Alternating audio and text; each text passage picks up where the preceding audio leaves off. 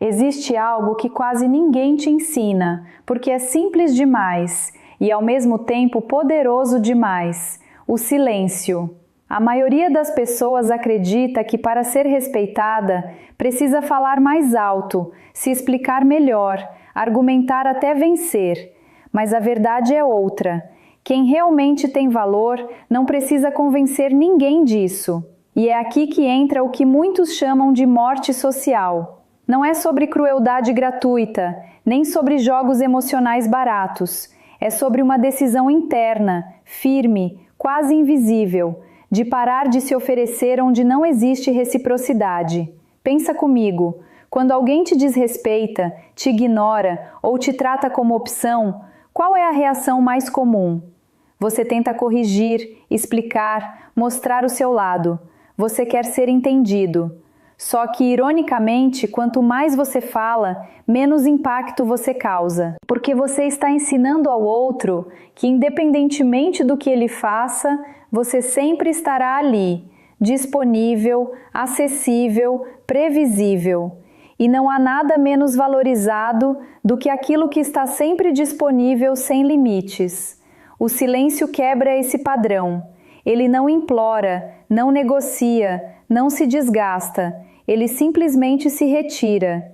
E quando você se retira de verdade, algo muda, não só no outro, mas principalmente em você, porque pela primeira vez você deixa de reagir e começa a escolher. Escolhe não responder, escolhe não correr atrás, escolhe não se explicar para quem já decidiu não te compreender. E isso por si só já é um nível de poder que poucos alcançam. Mas não se engane, esse silêncio não é fácil. Ele exige controle emocional, exige que você suporte o desconforto de não ter a última palavra, exige que você tolere a dúvida. Será que eu deveria falar algo?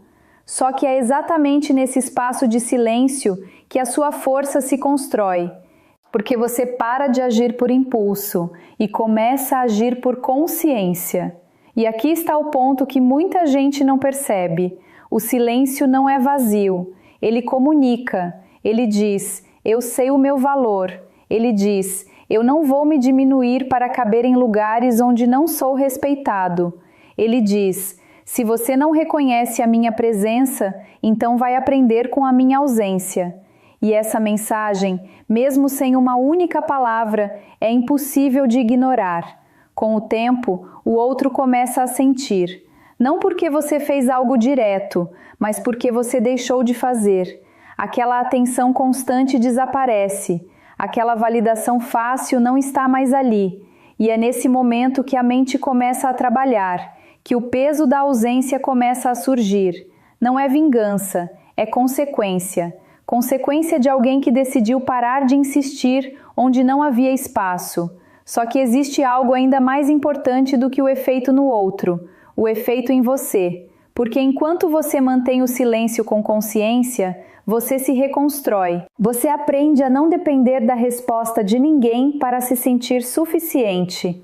Você fortalece a sua identidade e aos poucos percebe que não perdeu nada, apenas deixou de carregar o que nunca foi seu. E talvez no início pareça estranho. O silêncio pode parecer vazio, solitário até, mas não se confunda, esse vazio é só o espaço sendo limpo para algo melhor entrar. Porque quando você para de gastar energia com quem não te valoriza, você cria espaço para conexões que realmente fazem sentido. No final, o silêncio não é sobre afastar alguém, é sobre se aproximar de si mesmo. Eu não me abandono mais. Existe um ponto aqui que muda completamente o jogo, e poucas pessoas realmente entendem isso. A mente humana não reage da mesma forma à presença e à ausência. Enquanto algo está disponível o tempo todo, o cérebro se acostuma, ele normaliza, ele para de valorizar.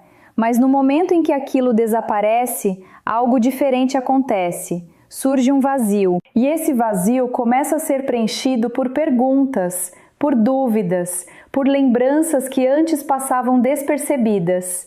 Pensa na lógica disso. Quando você está sempre ali, respondendo rápido, disponível, tentando manter a conexão viva a qualquer custo, você elimina qualquer sensação de perda. E sem perda, não existe reflexão. A outra pessoa não precisa parar para pensar no seu valor, porque na prática, ela nunca sentiu o risco de te perder. Você se torna uma certeza, e certezas raramente são questionadas. Agora, quando você se retira de verdade, não de forma estratégica ou manipulativa, mas porque decidiu se respeitar, o cenário muda. Aquela previsibilidade some, aquela presença constante deixa de existir. E é nesse momento que o cérebro do outro começa a trabalhar de uma forma diferente. Ele tenta entender o que aconteceu, ele revisita interações, ele busca sinais que talvez tenha ignorado. Não porque você fez algo diretamente, mas porque você deixou de ocupar aquele espaço. Isso tem uma explicação simples. Nós, como seres humanos, somos muito mais sensíveis à perda do que ao ganho. Aquilo que já estava garantido passa despercebido, mas quando é retirado, ganha um peso completamente novo. E é exatamente aí que nasce o arrependimento. Não como algo forçado, não como uma punição, mas como uma consequência natural da ausência. Mas existe um detalhe fundamental que você precisa entender. Isso só funciona quando é real. Se o seu afastamento for apenas um jogo, uma tentativa de provocar reação, a energia é outra. E cedo ou tarde isso se revela. O impacto verdadeiro acontece quando você realmente segue em frente. Quando você não está esperando mensagem, não está monitorando, não está tentando controlar o que o outro vai sentir. Você simplesmente decidiu que não vai mais permanecer onde não é valorizado. E olha como isso muda tudo, porque nesse ponto o foco deixa de ser o outro e volta para você. Você para de viver em função da resposta de alguém e começa a reconstruir a sua própria estabilidade emocional. E, ironicamente, é exatamente essa postura que gera o maior impacto. Porque não existe nada mais poderoso do que alguém que não precisa mais da validação que antes buscava. Com o tempo, a ausência começa a falar por você. Ela comunica o que palavras não conseguiram. Ela mostra limites que antes não estavam claros. E para quem ficou, isso pode ser desconfortável, porque agora existe silêncio onde antes havia presença. Existe distância onde antes havia acesso fácil. E é nesse espaço que a mente começa a criar cenários, a revisitar decisões, a sentir o peso do que foi perdido. Só que aqui vai algo importante. O objetivo nunca foi causar dor, nunca foi provocar arrependimento como uma forma de vingança. O arrependimento, quando acontece, é apenas um efeito colateral. O verdadeiro propósito sempre foi outro. Foi você sair de um lugar onde estava sendo diminuído, ignorado ou maltratado e escolher algo melhor para si. E nesse processo você também muda. Você deixa de se ver como alguém que precisa ser escolhido o tempo todo e passa a se posicionar como alguém que também escolhe. Você entende que presença é privilégio, não obrigação, e que quem não reconhece isso, naturalmente perde o acesso. No fim, a ausência ensina aquilo que a presença muitas vezes não consegue. Ela revela o valor que foi ignorado, expõe o que estava sendo negligenciado e coloca cada coisa no seu devido lugar. Porque quando você se torna ausente na vida de quem não te valorizava, o silêncio começa a dizer tudo aquilo que suas palavras nunca conseguiram. Agora eu quero que você olhe para isso de uma forma mais profunda, quase desconfortável, porque aqui entra uma verdade que muita gente evita aceitar. Nem toda porta deve permanecer aberta. A gente cresce acreditando que insistir é virtude, que lutar por pessoas e relações é sinal de força, que desistir é fraqueza. Só que existe uma diferença muito grande entre persistência e apego. Persistência te faz crescer, apego te prende em lugares que já não fazem sentido. Quantas vezes você manteve uma porta aberta só porque tinha história ali? Só porque já investiu tempo, sentimento, energia? Existe uma tendência humana de tentar salvar aquilo que já foi significativo, mesmo quando os sinais mostram claramente que aquilo não está mais saudável. E aí você continua ali, segurando uma porta que na prática já não leva para lugar nenhum.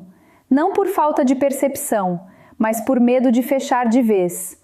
Só que fechar uma porta não é destruir uma história, é reconhecer que ela já cumpriu o papel que precisava cumprir. E isso exige maturidade, porque é muito mais fácil manter algo aberto, mesmo que esteja te machucando, do que ter a coragem de encerrar e lidar com o vazio que vem depois. Esse vazio assusta, ele dá a sensação de perda, de incerteza, mas ao mesmo tempo ele é necessário, porque sem esse espaço nada novo entra, e aqui entra algo ainda mais forte. Às vezes você não é rejeitado, você está sendo redirecionado. Nem tudo que sai da sua vida é uma perda. Algumas coisas são removidas exatamente porque não estavam alinhadas com o que você precisa viver daqui para frente. Só que, enquanto você insiste em manter aquela porta entreaberta, você continua energeticamente preso ali. Parte de você ainda está naquele lugar, esperando algo que no fundo você já sabe que não vai acontecer. E percebe como isso se conecta com tudo que a gente falou antes? O silêncio, a distância, a ausência, tudo isso não é só sobre o outro. É sobre você ter clareza para reconhecer quando algo já não te respeita, quando já não te valoriza, quando já não te faz bem. E a partir disso tomar uma decisão, não baseada no medo de perder, mas baseada na consciência de que permanecer ali custa caro demais. Porque cada porta que você mantém aberta sem necessidade te impede de atravessar outras que poderiam realmente transformar a sua vida. Você fica dividido, metade querendo seguir em frente, metade ainda presa ao passado, e essa divisão te enfraquece, te mantém em um estado de espera constante, onde nada avança de verdade. Fechar uma porta, então, não é um ato de dureza, é um ato de clareza. É você olhar para a situação e dizer: isso aqui já não é mais para mim. Sem raiva, sem ressentimento, mas também sem auto-engano. E quando essa decisão é tomada de forma consciente, algo muda dentro de você. Você para de negociar o que é inegociável. Você para de aceitar migalhas emocionais. Você para de tentar caber em espaços onde claramente não existe lugar para você. E com isso surge algo novo, direção. Porque quando você fecha o que precisa ser fechado, você libera energia para o que realmente importa. Você deixa de viver olhando para trás e começa finalmente a olhar para frente. E pouco a pouco percebe que aquilo que você tanto temia perder, na verdade, estava te impedindo de ganhar algo muito maior. No final, a questão nunca foi sobre quantas portas você consegue manter abertas.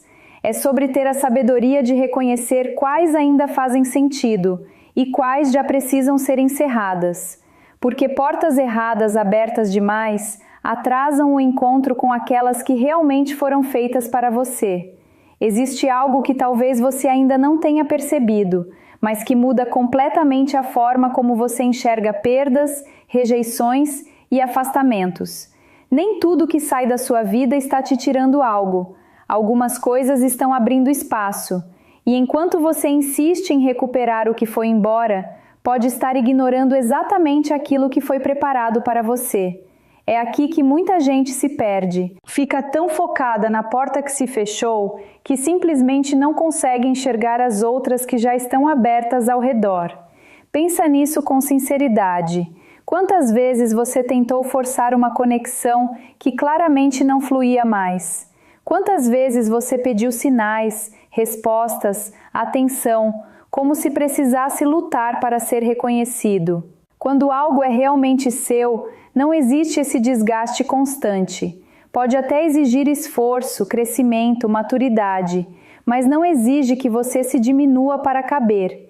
E ainda assim, muitas pessoas continuam insistindo no que dói, porque têm medo de soltar, medo do desconhecido, medo de não encontrar algo melhor, medo de ficar sozinho. Só que existe um ponto de virada. Um momento em que você precisa confiar que existe um caminho certo, mesmo que você ainda não consiga enxergar com clareza. Não é sobre esperar passivamente, nem sobre romantizar o sofrimento. É sobre entender que a vida, ou se preferir, algo maior que você, não tira algo sem motivo. Às vezes, o que parece perda é na verdade proteção. Às vezes, o que parece rejeição é um redirecionamento silencioso para algo que faz mais sentido com quem você está se tornando. E olha como isso se conecta com tudo que já falamos. O silêncio não é vazio, a distância não é fraqueza, a ausência não é indiferença. Tudo isso pode ser parte de um processo maior de realinhamento, um processo que te tira de lugares onde você estava sendo ignorado, subestimado ou maltratado, e te empurra, mesmo que contra a sua vontade, para algo melhor. Mas aqui está o desafio. Você precisa estar disponível para atravessar essa nova porta. E isso significa soltar de verdade aquilo que ficou para trás. Não pela metade, não deixando uma parte de você presa, esperando que algo mude. Porque enquanto você mantém um pé no passado, você não consegue avançar completamente para o futuro. E aí, a oportunidade passa, não porque não existia, mas porque você ainda estava ocupado tentando reviver algo que já terminou. Quando você finalmente entende isso, algo muda dentro de você. Você para de correr atrás de validação e começa a se posicionar de outra forma. Você deixa de implorar por atenção e passa a valorizar quem realmente te enxerga. Você sai de uma lógica de escassez, onde qualquer migalha parece suficiente, e entra em uma lógica de merecimento, onde você reconhece que não precisa aceitar menos do que aquilo que te respeita. E o mais interessante é que nesse ponto você não precisa mais provar nada, nem para o outro, nem para o mundo, porque existe uma segurança interna que não depende de resposta externa. Você começa a confiar mais no processo, mais nas escolhas que faz, mais no caminho que está construindo. E isso muda completamente a sua energia, a forma como você se relaciona, as pessoas que você atrai. Porque a verdade é simples, mas poderosa. Aquilo que é realmente para você não exige que você se perca para manter. Não exige que você implore para permanecer. Não exige que você abra mão da sua paz. Pelo contrário, vem com leveza, com clareza, com reciprocidade. E quando essa porta certa finalmente aparece, você percebe algo que antes parecia impossível. Tudo o que ficou para trás não foi perda, foi preparação, porque a porta certa nunca precisa ser forçada. Ela se abre quando você está pronto para atravessar. Você sabia que existem cirurgias que os médicos fazem em milhares de pacientes todos os dias, mas que jamais recomendariam para seus próprios pais ou avós depois dos 70 anos? Isso mesmo, procedimentos que são oferecidos rotineiramente em hospitais brasileiros, mas que quando a família é do próprio médico, a resposta é não. E eu vou te contar exatamente quais são essas cirurgias e por você precisa pensar 2, 3 vezes antes de aceitar fazer qualquer uma delas. Se você tem mais de 70 anos ou se você tem alguém querido nessa faixa etária, esse vídeo pode literalmente salvar uma vida. Então fica comigo até o final, porque o que eu vou revelar aqui pode mudar completamente a forma como você enxerga as recomendações médicas. E se você está gostando desse conteúdo, não esquece de deixar o seu like para que mais pessoas tenham acesso a essa informação tão importante. Eu sou Juliana Pacheco, especialista e consultora em saúde do idoso, com 11 anos de experiência dedicados exclusivamente à saúde da terceira idade brasileira. Durante todos esses anos, eu vi de tudo, acompanhei centenas de casos e posso te garantir uma coisa: nem tudo que é oferecido como solução realmente é a melhor escolha, especialmente quando falamos de cirurgias em pessoas com mais de 70 anos. E hoje eu vou compartilhar com você o que aprendi não só nos livros ou nos estudos, mas principalmente na prática, observando o que funciona de verdade e o que traz mais riscos do que benefícios. Antes de eu entrar nas 5 cirurgias específicas, eu preciso te explicar algo fundamental que vai fazer você entender por que essas cirurgias são tão problemáticas. O corpo humano, depois dos 70 anos, funciona de um jeito completamente diferente. A capacidade de cicatrização diminui.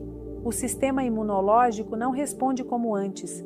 Os rins e o fígado processam os medicamentos de forma mais lenta e o coração precisa trabalhar muito mais para suportar o estresse de uma cirurgia. Então, o que seria uma cirurgia simples aos 50 anos se transforma em um procedimento de alto risco aos 70. E aqui está o detalhe que ninguém te conta. Muitas vezes os médicos não explicam isso claramente porque existe uma pressão do sistema de saúde, uma cultura de resolver tudo com cirurgia e uma falta de tempo para realmente sentar e conversar sobre alternativas. Agora vem a primeira cirurgia que eu jamais recomendaria para alguém da minha família depois dos 70 anos. E provavelmente você vai se surpreender com essa, porque ela é extremamente comum. Estou falando da cirurgia de hérnia não complicada. Você pode estar pensando, mas hérnia não precisa operar.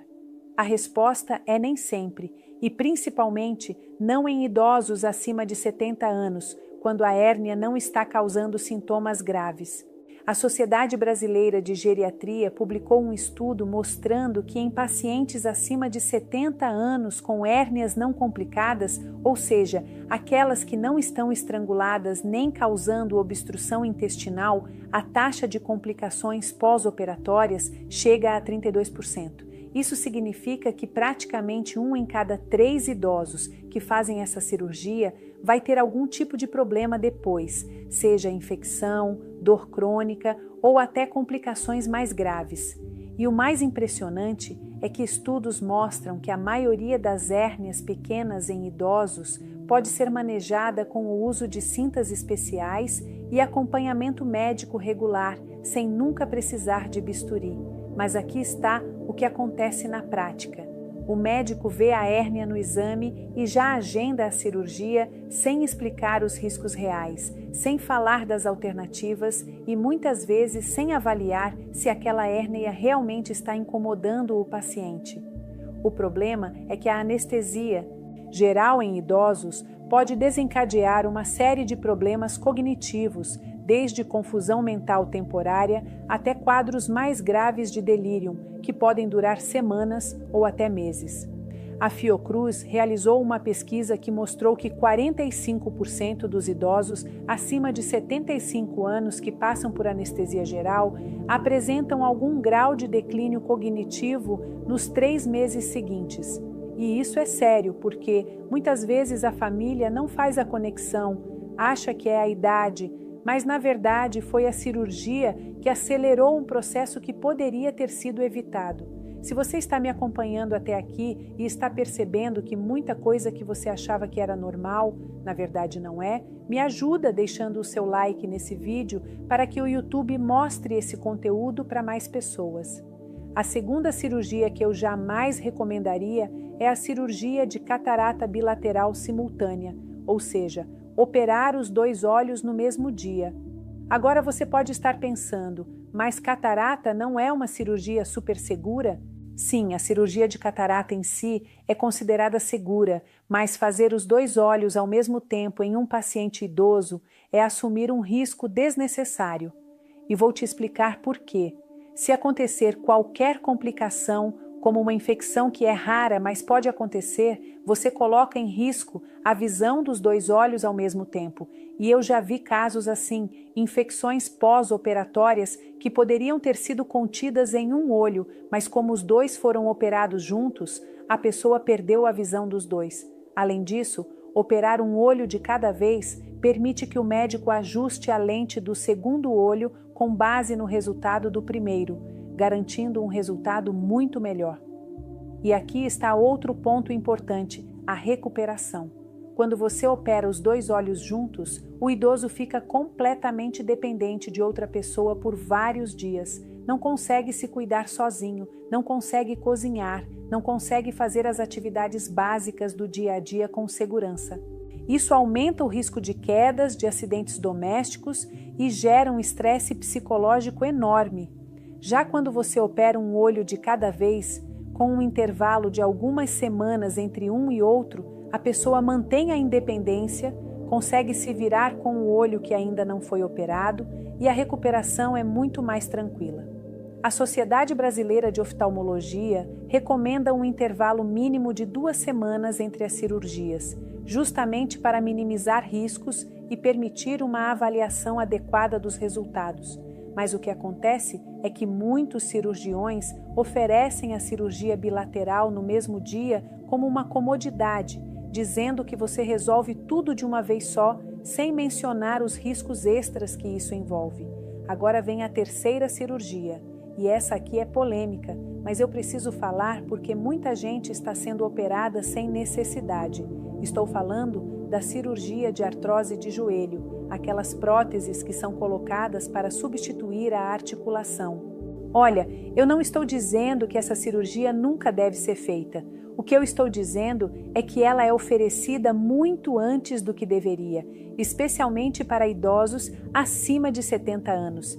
A verdade é que existem tratamentos conservadores que funcionam muito bem, como a fisioterapia especializada, a viscosuplementação, que é a aplicação de ácido hialurônico dentro da articulação, o fortalecimento muscular e até mesmo a acupuntura. Estudos da USP mostram que 68% dos pacientes com artrose moderada conseguem melhorar significativamente a dor e a mobilidade apenas com tratamento conservador, sem precisar de cirurgia.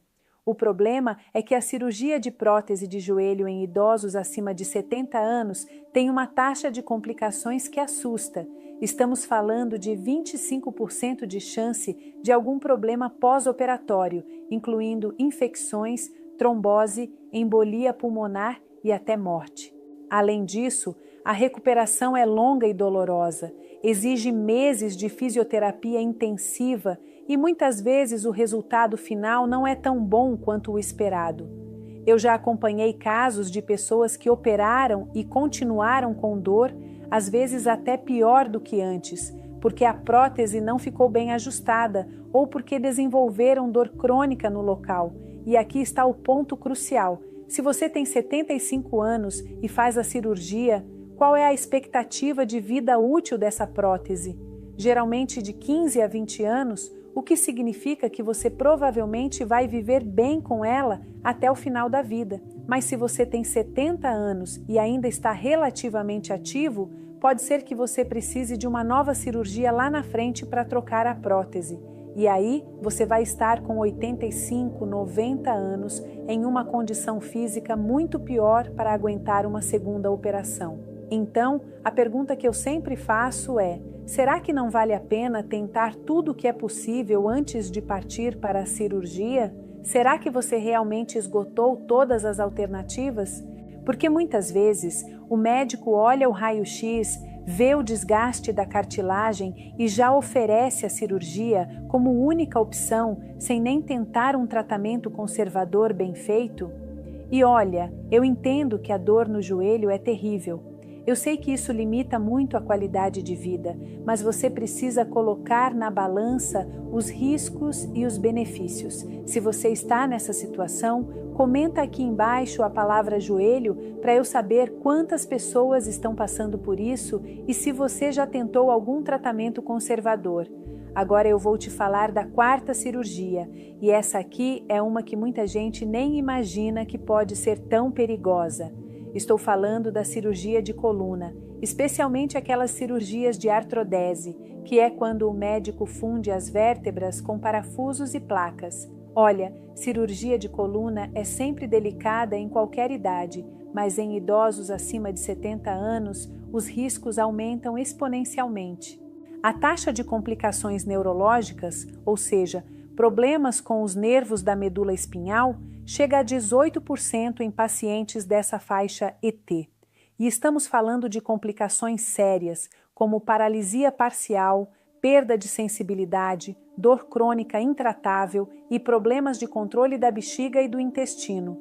Além disso, a recuperação de uma cirurgia de coluna é extremamente difícil para um idoso. São meses de repouso, de fisioterapia, de limitações severas, e durante todo esse tempo a pessoa fica vulnerável a outras complicações, como pneumonia, trombose e úlceras de pressão por ficar muito tempo deitada.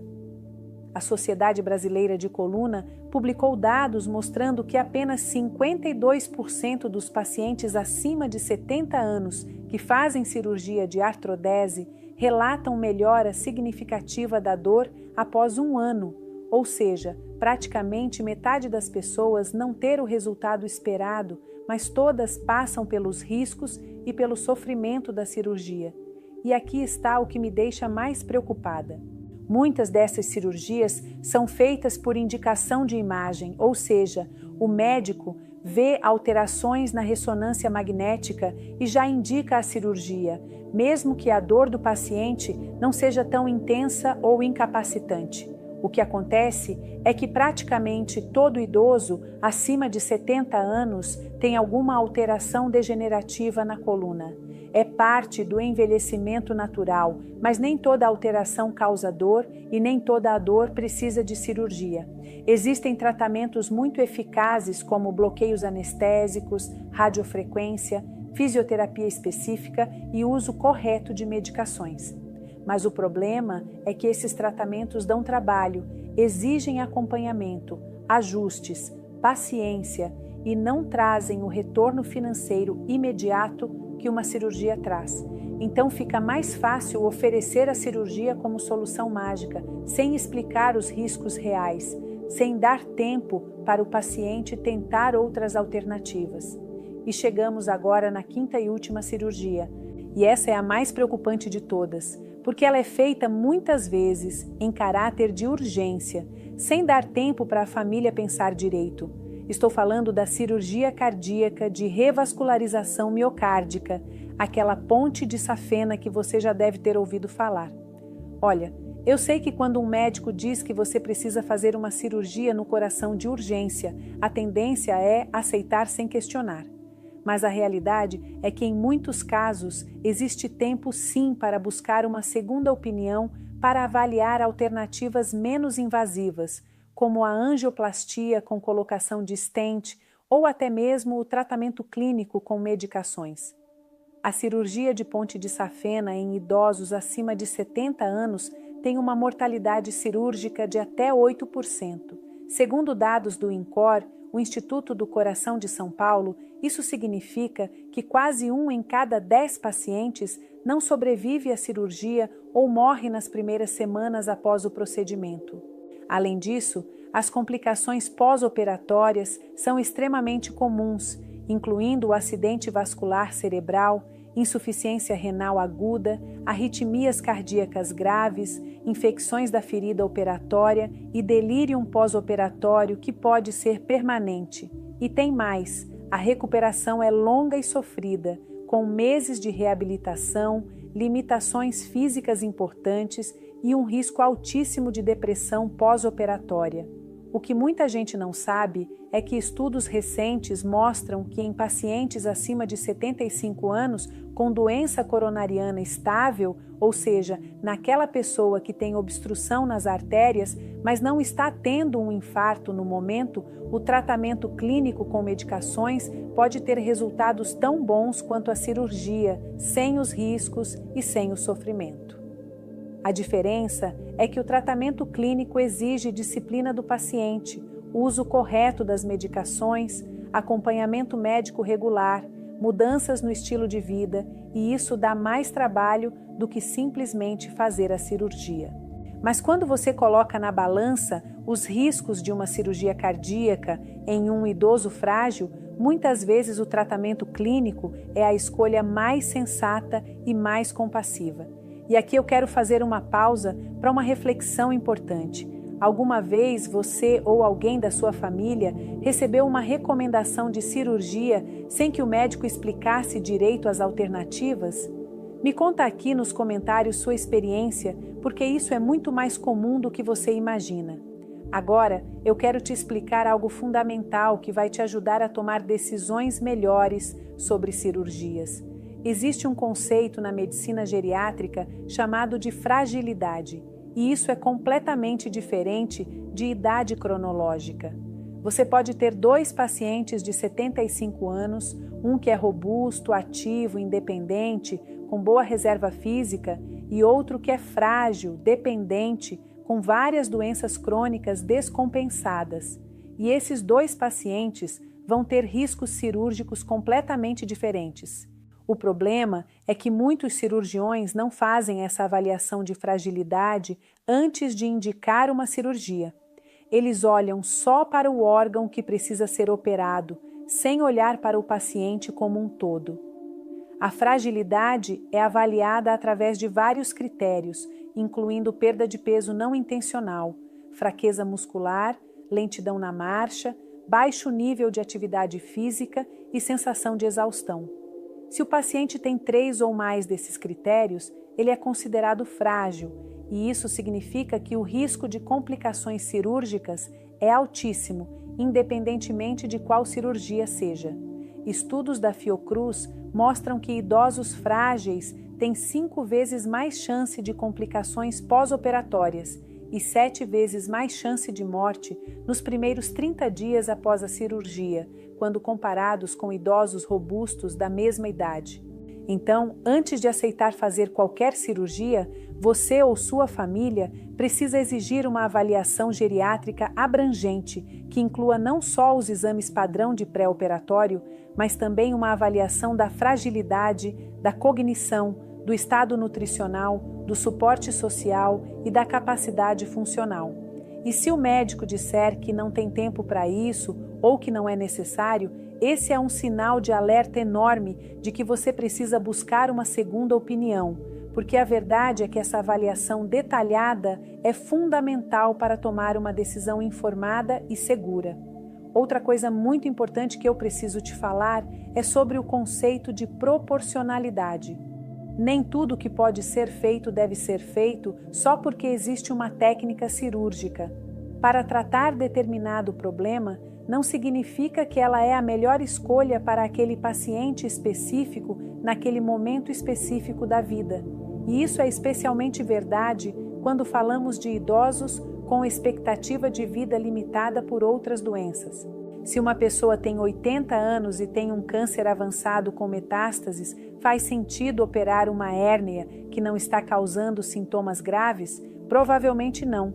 Se uma pessoa tem 85 anos e tem demência avançada, faz sentido fazer uma cirurgia cardíaca de alto risco que vai exigir meses de recuperação? Provavelmente não, mas essas cirurgias são feitas todos os dias em hospitais brasileiros, porque existe uma cultura de fazer tudo o que é tecnicamente possível sem questionar se é o melhor para o paciente. E aqui entra uma conversa difícil, mas necessária, sobre cuidados paliativos. Muita gente acha que cuidado paliativo é só para quem está morrendo de câncer, mas não é. Cuidado paliativo é uma abordagem que foca na qualidade de vida, no alívio de sintomas, no conforto do paciente e pode ser aplicado em qualquer situação em que o tratamento curativo traz mais sofrimento do que benefício. Às vezes, a decisão mais compassiva e mais corajosa é dizer não para a cirurgia e optar por um tratamento que mantenha a qualidade de vida, mesmo que não cure a doença de base. E isso não é desistir, é escolher viver bem o tempo que resta. Em vez de passar os últimos meses de vida em hospitais, em recuperações dolorosas, com complicações que roubam a dignidade e a autonomia, agora eu quero te dar algumas orientações práticas de como você pode se proteger de cirurgias desnecessárias. Primeira coisa, sempre busque uma segunda opinião, especialmente se a cirurgia não for de urgência imediata. E quando eu digo segunda opinião, eu não estou falando de outro cirurgião da mesma clínica ou do mesmo grupo, porque geralmente eles vão concordar entre si. Busque um médico geriatra, busque um clínico geral com experiência em idosos, busque alguém que não tenha interesse financeiro direto na cirurgia, porque essa pessoa vai poder avaliar a situação de forma mais imparcial. Segunda coisa, pergunte sempre quais são as alternativas não cirúrgicas. Pergunte se existe a possibilidade de tratamento conservador. Pergunte quanto tempo você pode tentar outras abordagens antes de decidir pela cirurgia. Pergunte quais são as taxas de sucesso e de complicações específicas para a sua idade e para as suas condições de saúde, e não aceite respostas vagas, como é uma cirurgia segura ou todo mundo faz. Você tem direito a números específicos, a informações claras e detalhadas. E se o médico não tiver paciência para explicar tudo isso, procure outro profissional. Terceira coisa, leve alguém de confiança nas consultas com você. Quando o médico fala de cirurgia, a gente fica nervoso, ansioso e muitas vezes não consegue fazer as perguntas certas ou absorver todas as informações. Ter um familiar ou amigo junto ajuda a lembrar depois de tudo que foi dito e também ajuda a questionar pontos que você pode não ter percebido. E, se possível, grave a consulta no celular com a permissão do médico, é claro, para poder ouvir de novo em casa com calma e decidir com mais segurança. Se você está gostando desse conteúdo exclusivo e quer receber mais informações como essa para proteger a sua saúde e a da sua família, considere se tornar membro do nosso canal. Assim você tem acesso a vídeos especiais com orientações ainda mais detalhadas que não ficam disponíveis para todo mundo. Quarta coisa, peça para fazer uma avaliação geriátrica completa antes de qualquer cirurgia eletiva. Isso inclui a avaliação da cognição, da fragilidade, do estado nutricional, da capacidade funcional e uma revisão cuidadosa de todos os medicamentos que você está tomando. Muitas vezes a gente descobre que, ajustando medicações, melhorando a nutrição e fazendo fisioterapia, os sintomas melhoram tanto que a cirurgia nem é mais necessária. Mas se você não faz essa avaliação antes, você nunca vai saber se existia uma alternativa melhor. Quinta coisa, questione sempre a urgência, a menos que seja um caso de verdadeira emergência, como uma hérnia estrangulada, um aneurisma roto ou um infarto agudo. Você tem tempo de pesquisar, de buscar outras opiniões, de conversar com a família, de se preparar melhor. Muitos médicos criam um senso de urgência artificial, dizendo que você precisa operar logo, mas na maioria dos casos isso não é verdade. Você tem direito de pensar, de pesar os prós e contras e de decidir no seu tempo. E se o médico pressionar muito, desconfie, porque um bom profissional respeita o tempo de decisão do paciente. E por último, mas não menos importante, converse abertamente sobre seus valores e suas preferências, o que é importante para você nessa fase da vida. Você prefere viver menos tempo, mas com mais qualidade e independência? Ou você prefere fazer tudo o que é possível para prolongar a vida, mesmo que isso signifique passar por procedimentos invasivos e períodos longos de recuperação? Não existe resposta certa ou errada. Cada pessoa tem seus próprios valores, mas você precisa deixar isso claro para os médicos e para a sua família, porque quando chega a hora de decidir sobre uma cirurgia, essa clareza faz toda a diferença. Eu quero que você entenda uma coisa muito importante. Eu não estou aqui dizendo que cirurgia é sempre ruim ou que você nunca deve fazer. O que eu estou dizendo é que cirurgia em idosos acima de 70 anos é uma decisão séria, complexa, que precisa levar em conta muito mais do que apenas o órgão que está doente. Precisa levar em conta o paciente como um todo, suas outras doenças, sua fragilidade, seu suporte social, suas preferências e, principalmente, precisa ser uma decisão informada, tomada com calma, com todas as informações disponíveis e não uma decisão apressada baseada apenas na opinião de um único médico. E se esse Vídeo foi útil para você? Se você aprendeu algo importante hoje que pode fazer diferença na sua vida ou na vida de alguém que você ama, não deixa de assistir o próximo vídeo que está aparecendo na sua tela agora, porque lá eu vou falar sobre os exames que todo idoso precisa fazer anualmente e que os médicos muitas vezes esquecem de pedir. Tá.